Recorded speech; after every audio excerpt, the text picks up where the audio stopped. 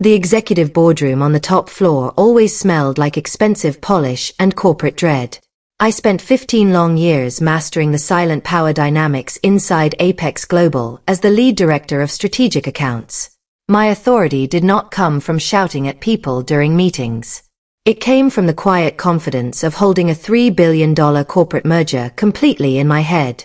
I was finalizing the acquisition terms by the window when the heavy doors burst open. Savannah, the newly appointed daughter of our vice president, marched into the room with unearned confidence. She was 24 years old and carried a copy of our ancient employee handbook like a weapon. She looked at my designer suit with an expression of pure disdain.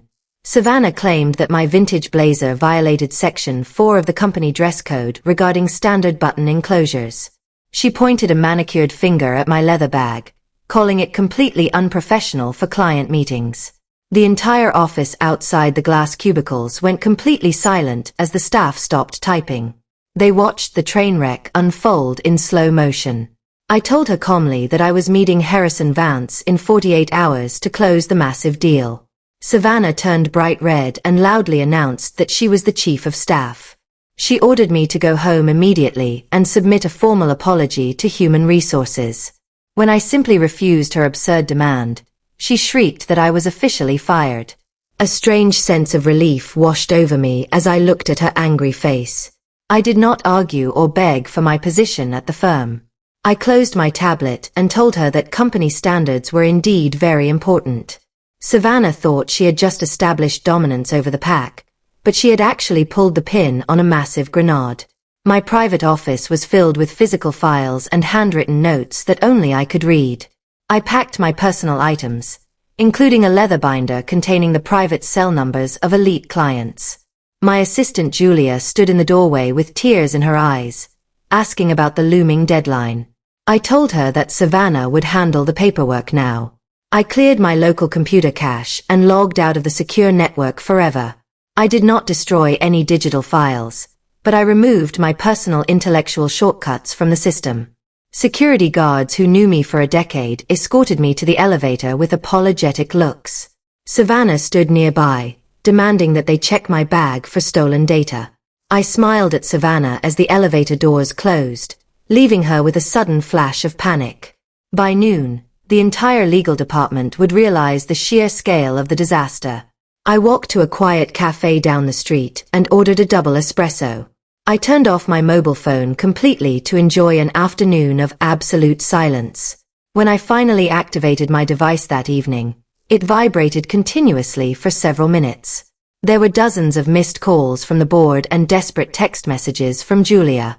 The legal team was demanding to know who authorized my termination. Savannah was currently locked in her office while the international partners from Tokyo were screaming over the phone. The critical files they needed did not exist on the corporate server. They were personal handshake agreements regarding the legacy properties owned by Harrison Vance. Savannah tried to renegotiate a specific clause about a ranch in Montana to save money. She did not realize that specific land was the emotional heart of the deal for the Vance family. The chief financial officer sent an urgent message telling me to name my price for a return. My price was dignity, and they had already devalued that currency to zero. I opened a locked drawer at home and pulled out a private document. I dialed the personal cell phone of Harrison Vance to deliver the news of my sudden departure. Harrison answered on the second ring, his voice deep and instantly recognizable. I informed him that I was terminated over a minor dress code infraction. The silence on the line was absolute before he processed the information. He asked who would manage the Montana assets, and I told him that Savannah believed the server files were sufficient. The next morning, I met Harrison at the Pierre Hotel for an early breakfast. He told me that Savannah had lied to his legal team, claiming I was hospitalized with exhaustion. Harrison was completely disgusted by the deception and refused to do business with amateurs. He handed me a new contract with double my previous salary to join his firm. Harrison explained that the original merger was officially dead, but he still needed an expert to manage his acquisitions. He wanted me to stand in the lobby during the scheduled morning meeting. He wanted Savannah to see the ghost at the feast right before her career evaporated. I accepted the offer and signed the paperwork with a smile. I stood near the entrance of the corporate tower as Harrison arrived in a black car. Savannah was pacing near the reception desk in her white power suit, looking incredibly frantic. She looked through the glass and froze when she saw me standing there healthy and calm. Panic completely consumed her face as she realized her massive lie was exposed. I walked into the marble lobby just as Savannah was telling the executives that I was incapacitated. Harrison pulled out his phone and revealed that he had just received a message from me. The chief financial officer turned on Savannah with absolute fury when the truth finally emerged. Savannah shrieked that I violated the handbook, but her words sounded completely pathetic. Harrison coldly announced that the entire merger was cancelled because he could not trust liars. The executives begged for mercy, offering to reinstate me immediately with a massive promotion. I informed them that I had already accepted an executive role with the buyer. The chief financial officer realized that they would now have to negotiate directly with me.